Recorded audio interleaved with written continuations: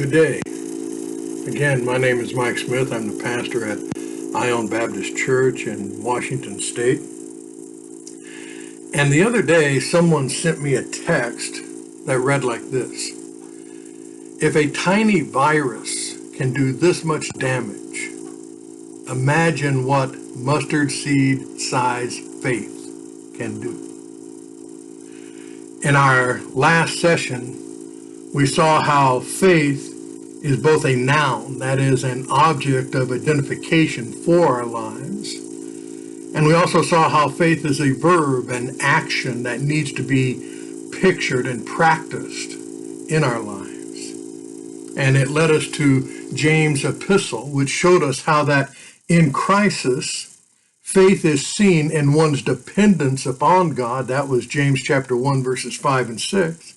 Faith is also seen in one's life lived for God. That was James 2, 17 and 18.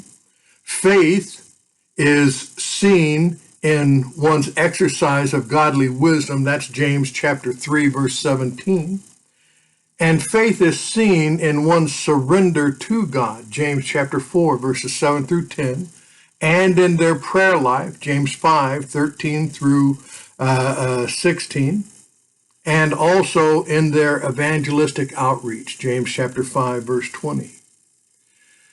Today, I wanted to continue with this thought, and I wanted us to see that in crisis, we need to not only look to Jesus, and we've talked about that. In crisis, we not only need to listen to Jesus, and we've talked about that, but in crisis, we also need to understand what it means to live for Jesus. And that requires our involvement in what I have come to refer to as the circle of faith. And to understand what I mean about the circle of faith, I want you to turn in your Bibles, it's an Old Testament epistle, to the book of Habakkuk. The book of Habakkuk. And I want us just to kind of walk through this because this lays the foundation for what it means to live by faith. Let me give you some background information. First of all, I want you to note that very little is known about Habakkuk except that his name means the embracer or the wrestler. And these meanings would correspond to Habakkuk's wrestling with the question of why God would let evil go unpunished and then bring calamity upon his own people, which is kind of the theme of the letter, but it's also the lesson that comes out of it. You're in Habakkuk chapter 1, and I want us to begin in verse 2 and following. Notice he writes, "How long, O Lord, must I call for help or cry out to you? Violence, but you do not save. Why do you make me look at injustice? Why do you tolerate wrong? Destruction and violence are before me. There is strife and conflict. Therefore the law is paralyzed and justice never prevails. The wicked hem in the righteous so that justice is perverted." Notice the prophet lived in a time of crisis. Like us, a time of violence and injustice, destruction, strife, conflict. And because of these conditions, it says the law was paralyzed, justice never prevailed, the wicked hemmed in the righteous, and justice was perverted. Much like our crisis in today's world. So the prophet asked God, he wanted to understand why God would tolerate wickedness and injustice of the people, and he inquired of this about God. He asked God to explain it to him. And we see that in Habakkuk chapter 1, verses 5 through 11, and you can read that on your own. And then notice God's response. God answered the prophet, and he was confused by God's response because he knew about the cruelty and the wisdom of the Babylonians. And he wondered how a holy God could use such an unholy and ruthless nation to punish men who were more righteous than they were. Notice his conflict, his question there in verses 12 through 17 of Habakkuk chapter 1. He says, Lord, are you not from everlasting? My God, my Holy One, we will not die. Lord, you have appointed them to execute judgment, and you have ordained them to punish. And your eyes are too pure to look upon evil, and you cannot tolerate wrong. So how can you use these people to punish your people? Habakkuk, like so many in today's world, he was grading sin rather than realizing that all sin is offensive to God, and all sin carries the same weight of judgment from God. And so he questioned God, and then, convinced that his complaint was justified, he waited in anticipation to hear God's response. Notice in Habakkuk chapter 2, verse 1, the prophet says, I will stand my watch and station myself on the ramparts. I will look to see what he, God, will say to me, and what answer I am to give to this complaint, or how he will rebuke me, is what the Hebrew says. Notice the prophet was patient. He was trusting in God, and he was teachable. He understood that God's way was better than his way, and he wanted to understand. And I want you to notice, because this is the message that speaks throughout the generations and throughout history. This is the great lesson of faith that we all need to learn. Listen to God's response beginning in Habakkuk chapter 2, verse 2. Then the Lord replied, write down the revelation and make it plain on tablets, so that a herald may run with it. For the revelation awaits an appointed time. It speaks to the end, and it will not prove false. Though it linger, wait for it, and it will certainly come, and it will not delay. See, he is puffed up, and his desires are not upright, but the righteous will live by his faithfulness. That's the message, the lesson of the life of faith. And I want you to notice what God says in these verses here in Habakkuk chapter 2. First of all, he instructs his prophet and his people, understand the answer clearly and write it down so you do not forget it. Write down the revelation, make it plain. Number two, he said, communicate to others who need to know.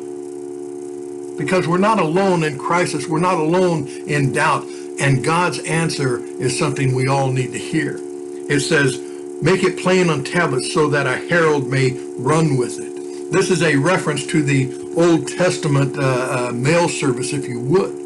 What would happen is if there was a message that needed to go from one village and city to another, then there would be a runner who would run along the way, and as he would approach a city, if there was a message that needed to be carried on to the next city, then they would write the message on a big board, and the people would stand on the wall of the city, and they would hold the message up so that as he ran by, he could read the message clearly and carry the message on to the next people and the next city. And that's what God says we need to do. We need to understand the answer clearly, write it down, and then communicate it to others. And then thirdly, we need to trust in the revelation. It says it will not prove false. And then we need to be patient and believe it. It says, though it linger, wait for it, and it will certainly come, and it will not delay. And then God builds upon all this the great message of what it means to live by faith. He says, the righteous or the just will live by his faithfulness. And what you have here is the truth that it is God, not us, who is faithful. And what we need to trust in is his faithfulness. It says, the just, those who have been justified, the righteous, those who have been declared righteous, they will live by his, and that pronoun his is a reference to God. We will live by his faithfulness, not our faithfulness. And that's what it means to live by faith. We live trusting him. We live confessing to him. knowing that he is faithful and just, knowing that he is the truthful one, the honest one. And you see, this is a lesson that is applied to the Christian life of faith repeatedly, because remember, we're talking about the significance of repetition. It is this message of a life of faith that is repeatedly applied to the Christian life in the New Testament. For example, in Romans chapter 1, verse 16 and 17, the Apostle Paul writes, I am not ashamed of the gospel, because it is the power of God for the salvation of everyone who believes, first to the Jew and then for the Gentile. For in the gospel a righteousness from God is revealed, a righteousness, note, that is by faith from beginning to end, just as it is written, the just shall live by faith. Notice, we are not ashamed of the gospel because it shows us the righteousness of God. It shows us the justice of God. It shows us the faithfulness of God, and it gives us hope in God. And therefore, as we look at the faithfulness of God, the lesson of faith says we have a choice to make. Everyone has a choice to make in life, whether they're going to trust God, believe God, obey God, and follow God. And that's the foundation for a life of faith. The just shall live by his faithfulness, not ours. Notice the same thing is seen in Galatians chapter 3. Again, the significance of repetition. In Galatians chapter 3, verse 10, all who rely on observing the law are under a curse. For it is written, cursed is everyone who does not continue to do everything according to the law. Yet the righteous, the just, shall live by faith. Notice, under the law there is no grace. Only the faithfulness of God and our response to it can bring hope and redemption into life. It goes on there in verse 14, it says, he redeemed us in order that the blessing given to Abraham might come to the Gentiles through Christ Jesus, so that by faith we might receive the promise of the Spirit.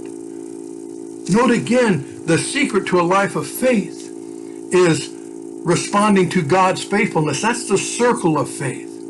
We see the faithfulness of God in the keeping of his promises given to us, and then we respond in faithful living through the power of the Spirit back to God.